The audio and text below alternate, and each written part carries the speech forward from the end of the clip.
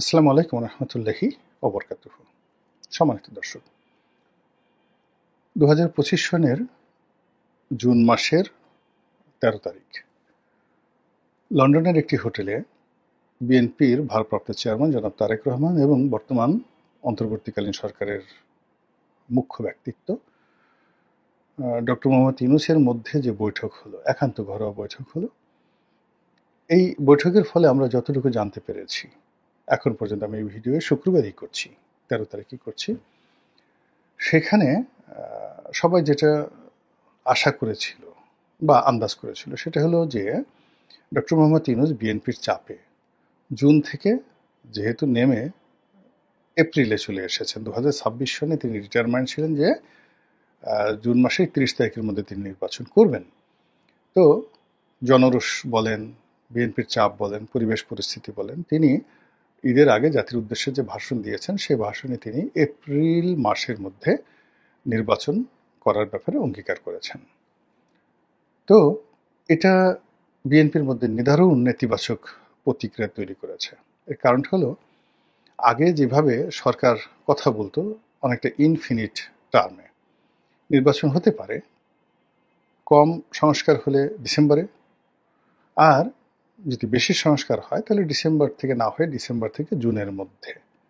তো সেক্ষেত্রে জানুয়ারি মাসে হতে পারত, ফেব্রুয়ারি মাসে হতে পারত, উনি যেভাবে কথা বলেছেন একেবারে সর্বশেষ জুনের মধ্যে।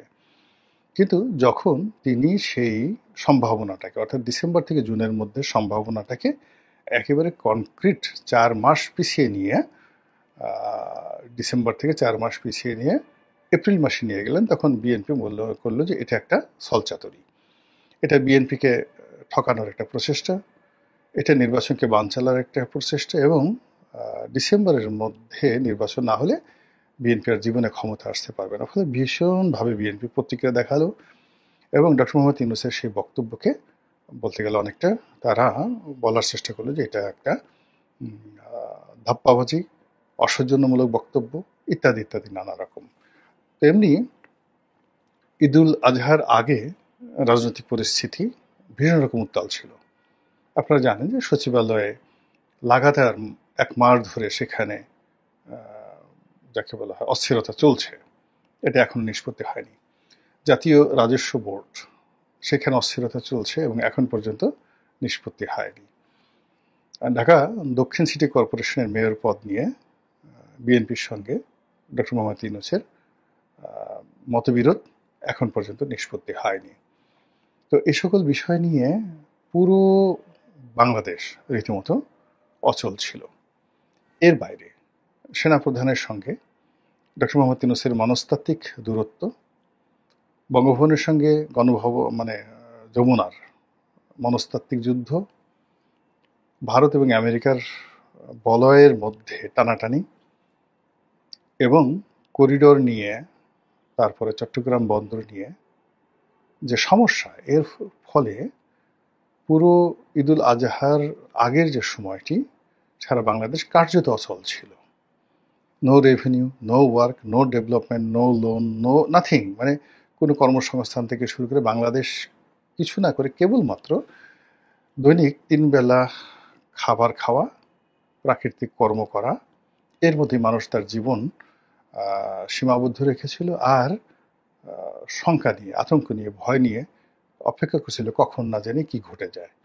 তার একবার উত্তরপাড়ার দিকে তাকায়, একবার যমুনার দিকে তাকায়, একবার দক্ষিণ সিটি কর্পোরেশনের দিকে তাকায়, আর একবার এশরাকের দিকে তাকায়, আবার উপদেষ্টাদের দিকে তাকায়। আসলে এই জিনিসগুলো যখন চলছিল তখন ঈদের একটা লম্বা ছুটি, 10 দিন।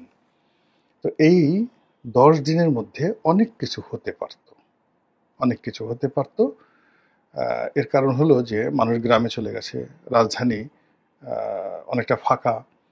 তো এই সময়টিতে মানে যেটা বাস্তব হওয়ার, সেটা মনস্তাত্ত্বিক বিষয়গুলো ছিল খুবই বিরক্তিকর, এবং সেই বিরক্তি কাটানোর জন্য ডক্টর মোহাম্মদ ইউনূস তিনি ইংল্যান্ড সফরে গেলেন। বলা হয়ে থাকে এটা পুরস্কার নেওয়ার জন্য, কিন্তু আমার কাছে মনে হয়েছে যে তিনি একটু নিঃশ্বাস নিতে চাচ্ছিলেন, লন্ডনের মাটিতে একটু নিঃশ্বাস নিতে চাচ্ছিলেন, তো সেখানে তিনি গেলেন। তো সেখানে যাওয়ার পরে যখন তারেক রহমান সাহেবের সঙ্গে তার একটা বৈঠক নির্ধারিত হলো, তখন সবাই বিএনপির যারা শুভার্থী বলে দিল যে মিটিংটা আসলে বিএনপির জন্য ভালো হবে না। সবাই কিন্তু নিষেধ করেছে। বিএনপির কারা এই বৈঠকের পক্ষে বলেছে আমি এটা বলতে পারবো না, কিন্তু আমরা যারা বিএনপির সমর্থক হিসেবে পরিচিত, তারপর আমাদের বাইরে যারা আছেন, দেশি বিদেশি যারা বিএনপিও করেন না কিন্তু একটা নিউট্রাল অবস্থানে থেকে রাজনীতির বিশ্লেষণ করেন, আর আওয়ামী লীগেরও কিছু লোকজন আছেন যারা এখন তাদের নিজেদের স্বার্থে আসলে বিএনপির পক্ষে বলেন, তারা সবাই বলেছেন যে তারেক রহমান সাহেবের সাথে ডক্টর মোহাম্মদ ইউনূসের যে বৈঠকটি, সেই বৈঠকটি আলটিমেটলি পুরোটাই ডক্টর মোহাম্মদ ইউনূসের পক্ষে যাবে। আর ওই বৈঠকে যে সিদ্ধান্তই আসুক না কেন, পুরো সিদ্ধান্তই বিএনপির বিপক্ষে যাবে, যদি বিএনপি ওনাকে বাধ্য করতে না পারে ওই বৈঠকে যে ডিসেম্বর মাসে নির্বাচন হবে। December means December. এর কারণ হলো মুখের কথা একবার বের হয়ে গেলে ওটা আর ফেরত আনা যায় না। বিএনপি মানে দুটো বিষয় নিয়ে এই মুহূর্তে লড়াই করছে। এক নম্বর হলো যে কোনো মূল্যে দক্ষিণ সিটি কর্পোরেশনের মেয়র পদটা তাদের পেতে হবে। এখন এই মেয়র পদটা এটা পাওয়া নয়, এটা একটা জিদাজিদির বিষয় হয়ে গেছে, এটি একটি শক্তি প্রদর্শনের বিষয় হয়ে গেছে, এটি জয় পরাজয়ের বিষয় হয়ে গেছে, সরকার বনাম বিএনপি, এটার একটা সেটেলমেন্ট হতে হবে। তো এখানে যদি এরশাদকে নিয়োগ না দেওয়া হয় বা এরশাদ যদি এই দাবিটা আদায় করতে না পারে, ইট মিনস এখানে বিএনপির এই জায়গাটাতে পরাজিত হলো। দুই নম্বর হলো যে বিএনপির যাকে বলা হয় চেয়ারপারসন, ভারপ্রাপ্ত চেয়ারম্যান এবং চেয়ারপারসন বেগম খালেদা জিয়া, নিঃসন্দেহে তারা চিন্তা ভাবনা করে কথাবার্তা বলে সর্বশেষ যে বৈঠকটা হলো, বিএনপির যে সমাবেশ হলো, মহাসমাবেশ, তারুণ্যের মহাসমাবেশ, তো সেখানে জনাব তারেক রহমান সাহেব যখন ডিসেম্বর মাসে নির্বাচন হতে হবে এই কথা বলে সরকারকে একেবারে ফাইনাল বলে দিলেন যে হবে না, এর বাইরে হবে না। এবং যা হয়, বিএনপির শীর্ষ পর্যায়ের থেকে যখন এরকম একটা সিদ্ধান্ত এলো, বিএনপি সব নেতারা বললেন যে ডিসেম্বরের মধ্যে যদি নির্বাচন না হয় তারা নিজেরাই শিডিউল ঘোষণা করবেন, তারপর শেষে এটা করবেন ওটা করবেন। তো সেই যে একটা বিএনপির মধ্যে একটা জিহাদি জোশ, এই জিহাদি জোশটি যদি বিএনপি আপহোল্ড করতে না পারে তাহলে এই সরকারের কাছ থেকে বিএনপি আসলে কিছুই পাবে না।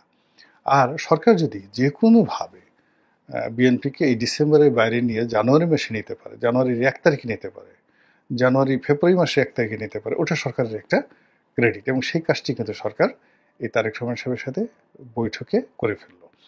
এখন বৈঠকের আগে যারা মানে রাজনৈতিক বিশ্লেষক তারা সবাই বলার চেষ্টা করেছেন যে এখানে একটা মাঝামাঝি জায়গায় আসবে ফলাফল, অর্থাৎ ফেব্রুয়ারি মাসে হবে। এখন দেখুন, ফেব্রুয়ারি মাসে নির্বাচনের কথা কিন্তু জামাত বলেছে, জামাতের কথা মানে এনসিপির কথা, আর এনসিপির কথা ডক্টর মোহাম্মদ ইউনূসের কথা। কিন্তু ঘুরে ঘুরে এই যে একটা বৈঠক হলো ঢাক ঢোল পিটিয়ে, এবং সেখানে সেই জামাতের ফাঁদেই বিএনপি পা দিল। এবং সবচেয়ে বড় ব্যাপার হলো যে এখানে যে কথাটি ডক্টর মোহাম্মদ ইউনূস বলেছেন, এটি বিএনপির জন্য রীতিমতো একটা মরণ ফাঁদ। সেখানে বলেছেন, প্রেসে আমরা যেটা দেখলাম, যে ফেব্রুয়ারি মাসে নির্বাচন হতে পারে শর্ত সাপেক্ষে। এবং এখানে তারেক রহমান সাহেব যে বক্তব্য দিয়েছেন সেটা হলো যে যদি নির্বাচনটা এপ্রিলে হয়, ওই সময় একটা আবহাওয়া বিরূপ থাকবে, রোজা একটা চাপ থাকবে, ঈদের একটা চাপ থাকবে, ওর মধ্যে ইলেকশন হবে না, তারাবির নামাজ থাকবে। তো এটার উত্তরে ডক্টর মোহাম্মদ ইউনূস বলেছেন, হ্যাঁ তা তো বটেই, তা তো বটেই, ঠিক ঠিক ঠিক। এবং এই কথা শুনে বিএনপির লোক মহা খুশি যে হ্যাঁ, তারেক রহমান সাহেবের এই বক্তব্যে তিনি একমত প্রকাশ করেছেন। সেকেন্ড থিং হলো যে ফেব্রুয়ারি মাসে যে নির্বাচন, সেই নির্বাচনটা তো ফেব্রুয়ারি মাসে, ওটা তো বিএনপির দাবির মধ্যেই ছিল না, ওটা জামাতের দাবি, বিএনপি তো সেটা মানেনি, আর ওটা ডক্টর মোহাম্মদ ইউনূসের দাবি। এখন সেটা বিএনপি কে রাজি করার জন্য তারা তো অনেক আগের থেকেই ফেব্রুয়ারি মাসে নিঃশর্তভাবে আনকন্ডিশনাল ইলেকশন দেওয়ার জন্য মনে মনে তারা প্ল্যান করে রেখেছে, এবং সেভাবে তারা প্রচার চালাচ্ছে। জামাতের মুখে তার আগে বলাচ্ছে, অন্যান্য লোকের মুখে আগে বলাচ্ছে যে একটা ফেব্রুয়ারি মাসে নির্বাচন হতে পারে গ্রহণযোগ্য, এটা ফেব্রুয়ারিতে হলে ভালো হয়। কিন্তু ডক্টর মোহাম্মদ ইউনূসের, তিনি যে বিশ্বমানের খেলোয়াড়, এবং তিনি যে এখানে জয়লাভ করলেন তার প্রমাণ হলো তাদের যে এটাতে তিনরা দেওয়ার জন্য একেবারে আনকন্ডিশনাল ফেব্রুয়ারি মাসে নির্বাচন দেওয়ার জন্য যারা 10 পায়ে দাঁড়িয়েছিলেন তাদের কাজই হলো বিএনপি যে আলটিমেট টাইম দিয়েছে এই আলটিমেট টাইম থেকে তাদেরকে বের করে আনা এবং সেটা তারা করেছেন এখন ফেব্রুয়ারি মাসে। আর ব্যক্তিগতভাবে ডক্টর মোহাম্মদ ইউনূসের যে সফলতা সেটা হলো তিনি এখানে একটা শর্ত জুড়ে দিয়েছেন। শর্তটা হলো যে তিনি তো ইতিমধ্যে ঘোষণা দিয়েছেন এপ্রিল মাসে নির্বাচন হবে এবং সেই নির্বাচনের জন্য ইতিমধ্যে নির্বাচন কমিশন প্রস্তুতি শুরু করেছে। তো এখন সেই প্রস্তুতি যদি ঠিক মতো চলতে থাকে, সবকিছু ঠিকঠাক থাকে, তাহলে ফেব্রুয়ারি মাসে নির্বাচন হতে পারে।